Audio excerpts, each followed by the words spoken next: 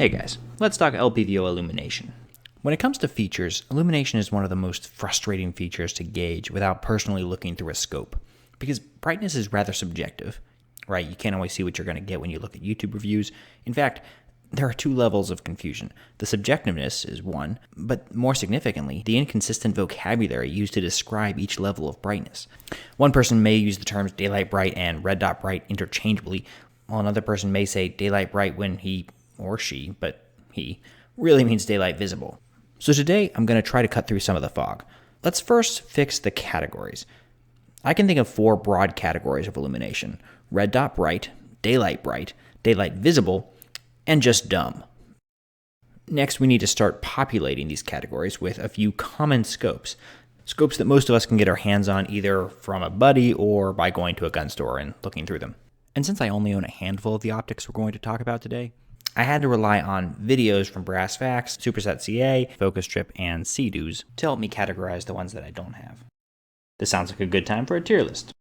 So first I should start off by saying what I mean by red dot bright, and we're going to go through all of the different categories and talk about what they mean.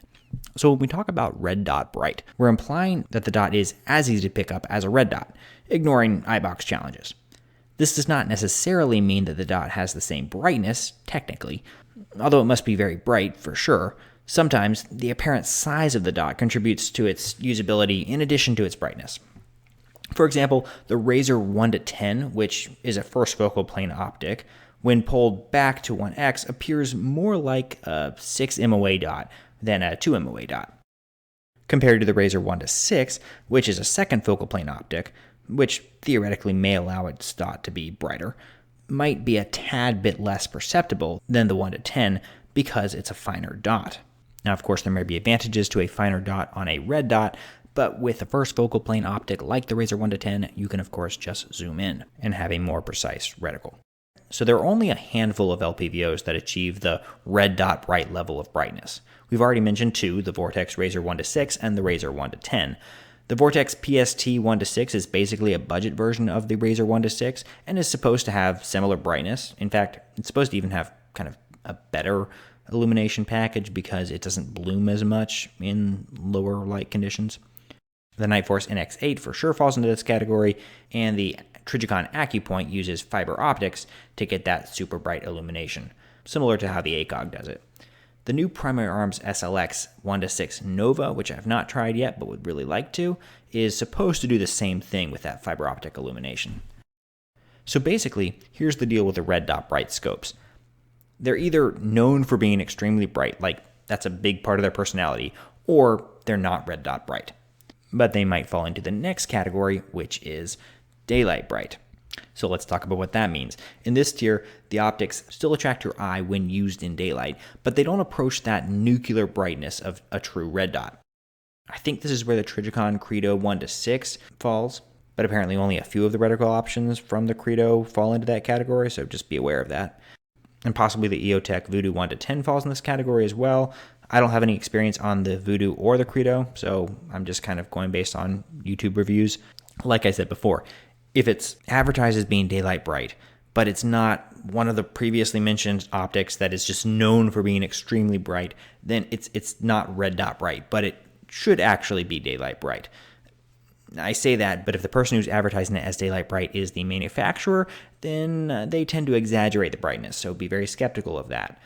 Oftentimes, manufacturers and shills will say daylight bright when what they really mean is daylight visible, so we're going to get to that category in a second. Just remember, the brightness is subjective, so there's a lot of wiggle room that manufacturers have when it comes to advertising. One scope that I could not get a clear answer on is the ATACR. I would expect it to be similar to the NX8 because the NX8 is usually considered a baby ATACR. But after watching Garantham's review on the ATACR and even Googling is the ATACR as bright as the NX8 and other permutations of the same question, I couldn't get a clear answer on its brightness. So maybe you can help me out in the comments if you have an ATACR and an NX8. Let me know which one is brighter and what the relative brightness is. But for now, we're going to put that in the daylight bright category because I'm pretty sure it's at least that bright. An easy way to check the difference between red dot bright and daylight bright while indoors, you just can't go based off of indoor brightness because everything looks bright indoors, is to point your optic at an actual light source in your house and see if you can still see the red dot. If you can see it, your scope is red dot bright, because with a red dot, you can still see it pretty much no matter what you point it at. If not, then maybe it's daylight bright, at best. The next category is daylight visible, meaning an optic, when viewed at high noon, is perceivably red, but not bright. This includes optics like Trijicon VCOG 1-6 and the primary arms PLX 1-8. You can again use the indoor light test to get a read on your scope. If you point it at a light and the red completely disappears, then your scope is at best daylight visible. Notice I'm being specific when I talk about these scopes, and that's because each scope has a unique feature set. Even if a scope has a very similar name to another scope and comes from the exact same, brand or product line, the differences can be stark. For instance, the Vudu 1-10 is supposed to be brighter than the Vudu 1-6, and the Razor 1-6 and the Razor 1-10 share little in design besides a sultry bronze exterior. So you can't just go based off of the name. You need to be precise about which scopes you're talking about. So the final category has all the scopes where illumination is pretty clearly an afterthought. It's not useless here, but it's not there to catch your eye in daytime. In addition to use at dusk, you may use this for indoor shooting and possibly night vision, but that's actually a whole different conversation because there the key factor is how dim it gets, not how bright it gets. The only scope I own in this category is the primary arms SLX 1-6. That's the Raptor version, and this is an older version, so I can't really speak to the newer models. And again, like I said, the SLX Nova is supposed to be red dot bright. From what I've seen online, the primary arms GLX 1-6, the Burris RT-6 1-6, and the Vortex Strike Eagle 1-6 all fall into this category. There's another thing making illumination a rather sticky subject in the gun community, and that's that not everyone values bright illumination equally, or even at all. The battery life on LPVOs is notoriously short, and on top of that, basic features like auto shutoff and shake awake haven't made their way into most scopes on the market. So you are left with the very real probability of your battery dying, and then you'll have to rely on the etched reticle. For this reason, some people have given up on prioritizing scope illumination entirely and instead focus on the usability of the reticle unilluminated. Scopes like the Nightforce NX8 really shine here with thick stadia guiding your eye into the center of the scope where you can use the lines to bracket your target. Competitive shooters, on the other hand, tend to want that red dot bright effect for maximum speed, and they aren't generally concerned about battery life since they can simply incorporate a battery check into their pre-match routine.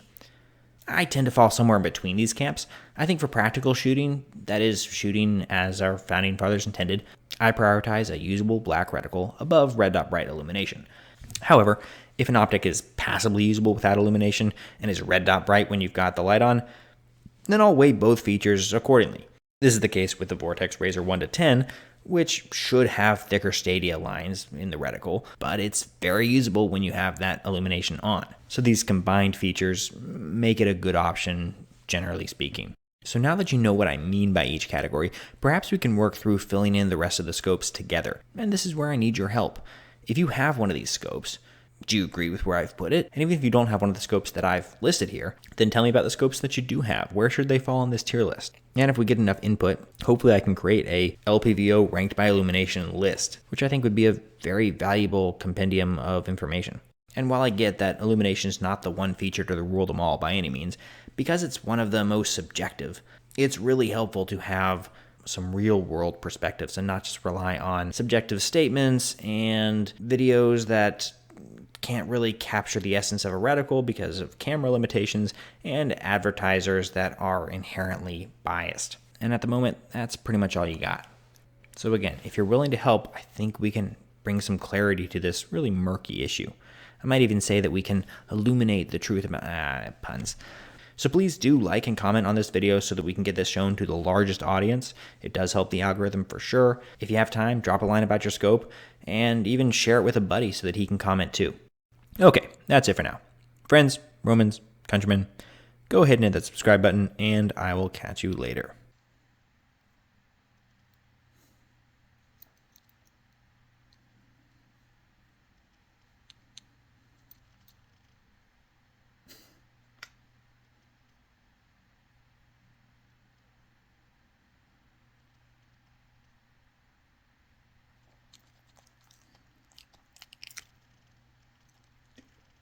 Oh, yeah, very tired.